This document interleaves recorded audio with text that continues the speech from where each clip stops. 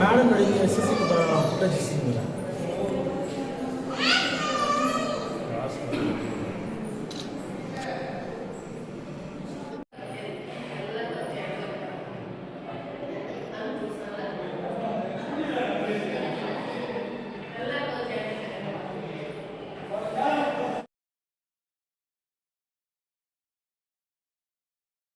Unofficial official కొంచెం ముందర పెట్టిన ఆ రోజుల్లో ముఖ్యమంత్రి గారు ఆ రోజు ఉన్నటువంటి మంత్రి గారు, ఆ రోజు నుండి ఎంపీ గారు, ఆ రోజు నుండి శాసనసభ్యులు. ఇప్పుడు మీరు ఓపెనింగ్ చేస్తే మీ వాళ్ళు మీరు వేసుకోరా? ఇప్పుడు మీరు చేస్తే మీరు వేసుకోరా?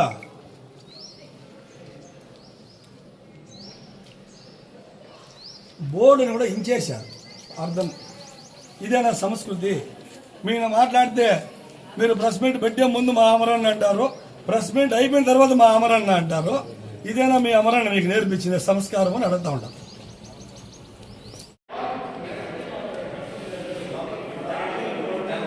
బోర్డు కూడా ఇంచేశారు.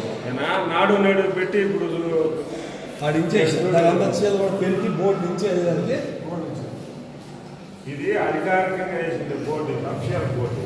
మనమే పొలిటికల్గా వేసింది బోర్డు కాదు. అఫిషియల్గా కలెక్టర్ ఆధ్వర్యంలో హెల్త్ డిపార్ట్మెంట్ ఆధ్వర్యంలో వేసింది బోర్డు. ఇంత అమౌంట్ తెచ్చి బిల్డింగ్ కట్టి బోర్డులు వేస్తే 16 కోట్లతో డెవలప్ చేస్తే అసలు నేను అడిగేది ఈ బోర్డుతో వీళ్ళకి ఏం సంబంధము? బోర్డు వచ్చి వీళ్ళకి ఏమి ఇబ్బంది? యాక్చువల్గా మీరు ధైర్యం ఉండేవాళ్ళు మీకు చేతన అయితే 30 కోట్లు తెచ్చి కార్పొరేట్ హాస్పిటల్ కట్టారా? పోనీ మీకు ఏమైనా జీవో ఉందా? కలెక్టర్ గారు జీవో ఇచ్చినారా? లేదు హెల్త్ కమిషనర్ జీవో ఇచ్చినారా? లేదు మీ గవర్నమెంటే జీవో ఇచ్చి తెచ్చింది మేము కూడా యాక్సెప్ట్ చేస్తాం. అంటే ఊరిని ప్రశాంతంగా ఉండకుండా మీరు ఇద్దరు మెంబర్లు అయినంత మాత్రాన్ని వచ్చి ఇవన్నీ చేయడం ఎంతవరకు ఇది అమర్నాథ్ ఎమ్మెల్యే గారు చెప్పాలి. దీనికి అంటే ఏం లేదు, పొలం మీద ప్రశాంతంగా ఉంది, పొలం మీద గ్లాసులు పెట్టాలా, రెచ్చగొట్టేయాలా. మేము 5 సంవత్సరాల గవర్నమెంట్లో ఎక్కడైనా అమర్నాథ్ రెడ్డి గారు పాత బోర్డు కానీ పాత ఇవి కానీ ముందు సీఎం గారు చేసినట్టు ఏమైనా తీసామా? అది మన విజ్ఞత లేకుండా ప్రవర్తిస్తూ ఉంటే ఎట్లా? ఇవంతా చిల్లర రాజకీయాలు.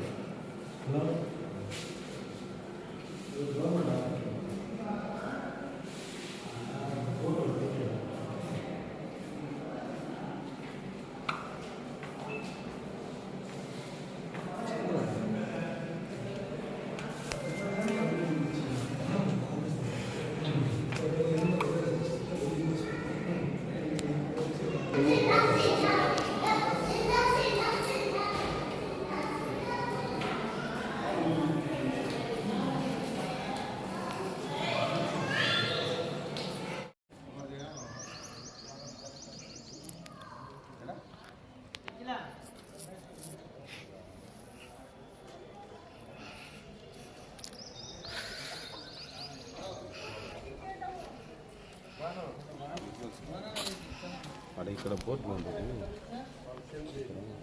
బోర్డులో ఉంటుంది.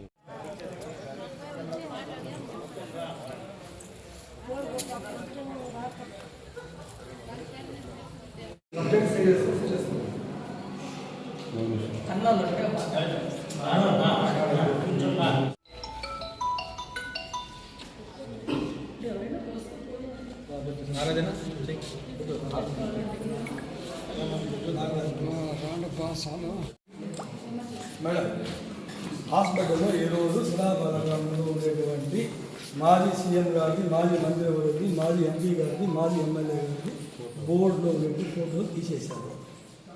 మీరు ఒక సూపరింటెండెంట్గా మేము మీకు కంప్లైంట్ ఇస్తాము. దీని మీద మీరు చర్యలు తీసుకోవాలి. ఒకటి, మాకు ఆ సీసీ ఫుటేజీలు కావాలి.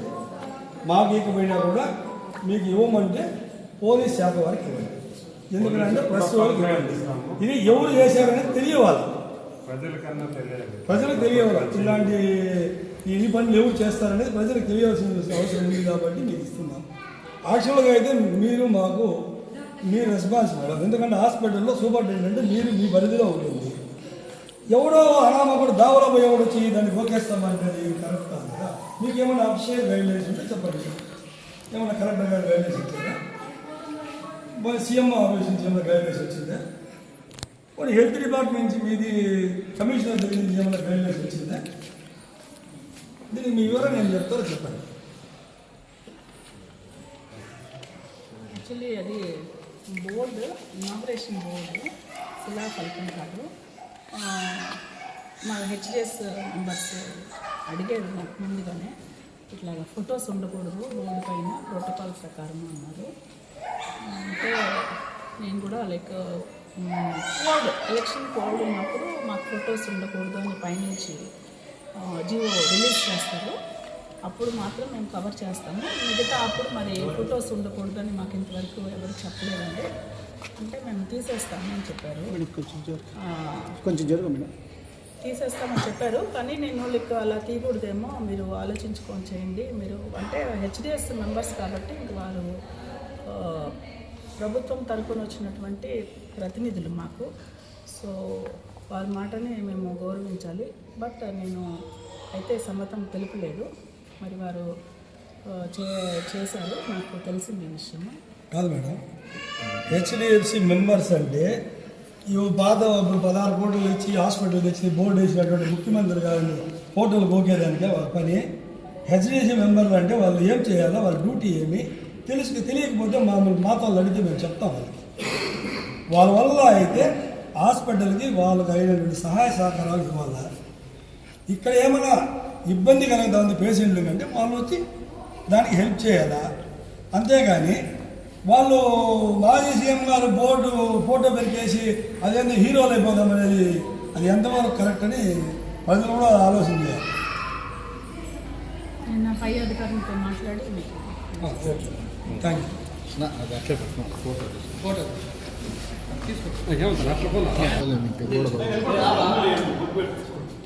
ఉండాలి మీరు చేతులు అయింది కదా మనం అయిందా మాకు జగన్ మాకు ఫోటో కాదు, మాకు 10 seconds వీడియో కావాలా. పుస్తకం అయిపోయిందంటే చెప్పు, 10 seconds వీడియో కావాలి మాకు.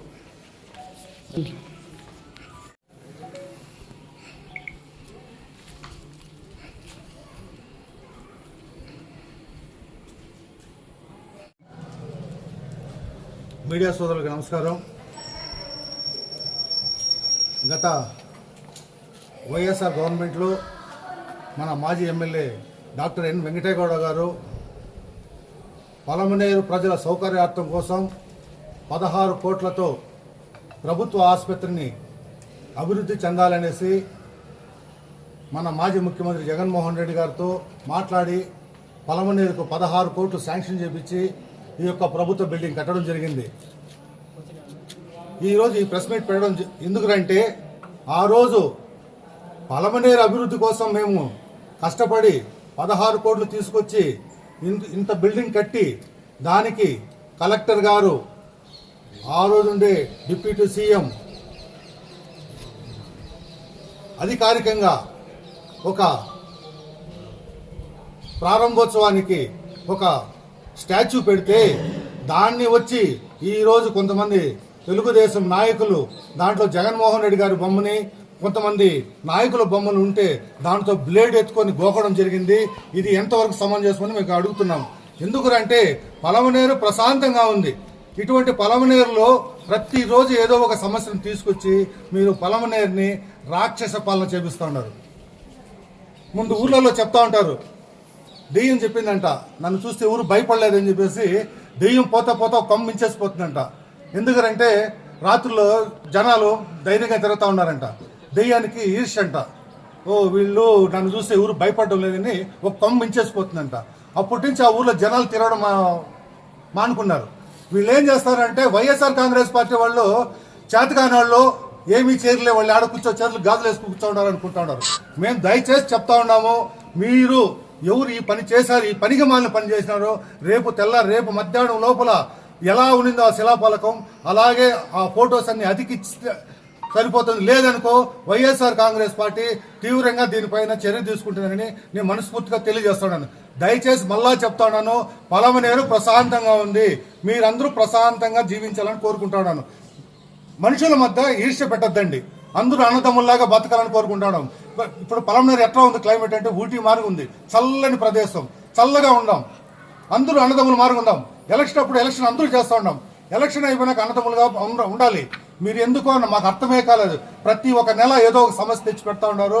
అది ఎందుకో మీరు చేస్తూ ఉన్నారా, మీ అధిష్టానం చెప్తా ఉందా, లేదా రెడ్ బుక్ అక్కడి నుంచి మీకు లిస్ట్ పంపిస్తా ఉందా, ఈ మార్గ చేయండి అని చెప్పేసి దయచేసి ఇవంతా మానుకోండి. మరొక్కసారి మీకు వినిపిస్తా ఉండా, ఇటువంటి చర్యలు చేయొద్దండి, ప్రశాంతంగా ఉండండి. మీరు ఇలా చేశారనుకో, రేపు మళ్ళీ మా గవర్నమెంట్ వస్తే మీ ఫోటోలే కాదు మీరే కూడా ఊర్లో ఉండరు. నేను ఖచ్చితంగా చెప్తా ఉండా, అంత దూరం తెచ్చుకోవద్దండి. ఈరోజు మీరు ఉంటారు, రేపు మేము ఉంటాం.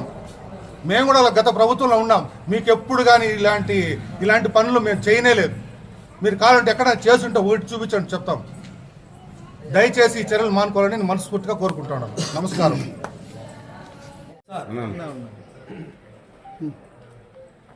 వైఎస్ఆర్ కాంగ్రెస్ పార్టీ అధికారంలో వచ్చిన తర్వాత అప్పుడున్నట్టు మా ప్రియతమ ముఖ్యమంత్రి వర్యులు జగన్మోహన్ రెడ్డి గారు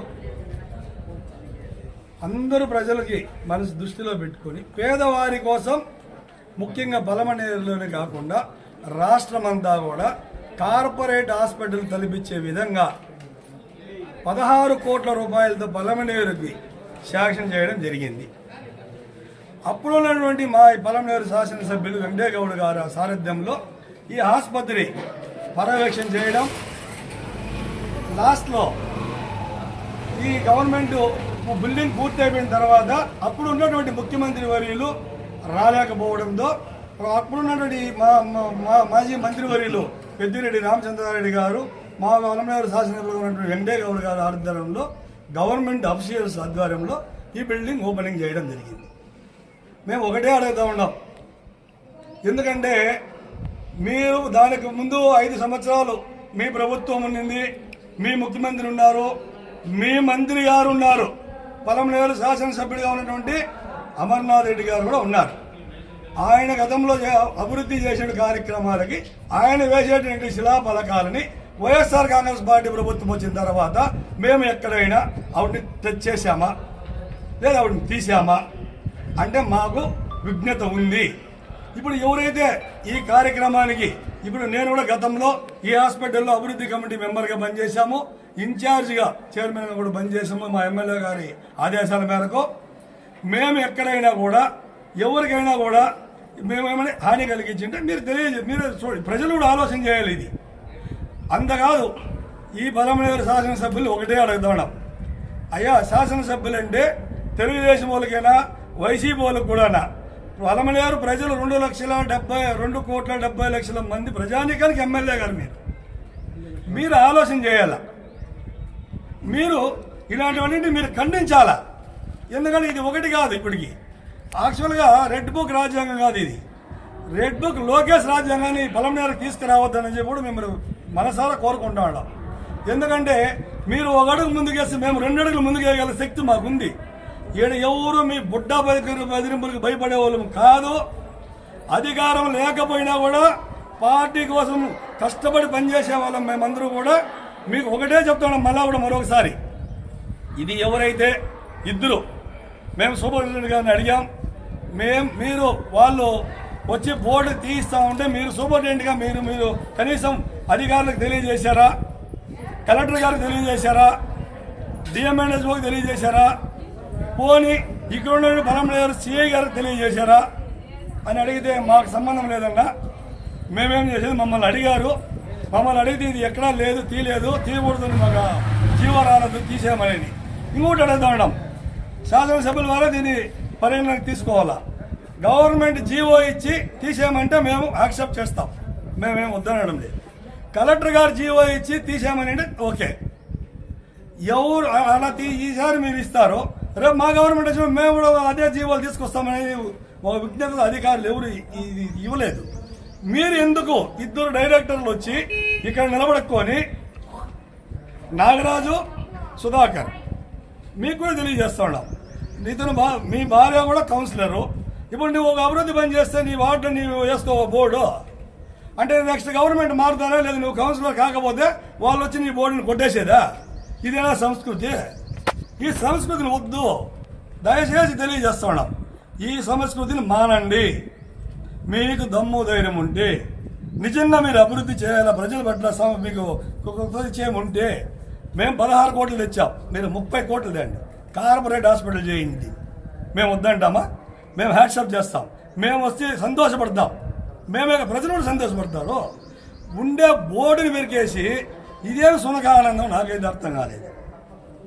అంటే వైసీపీ వాళ్ళు గుమ్మనా ఉన్నారు, ఏదో ఒక పని చేసి కాలదు వాళ్ళని కయ్యానికి పిలుస్తామనే.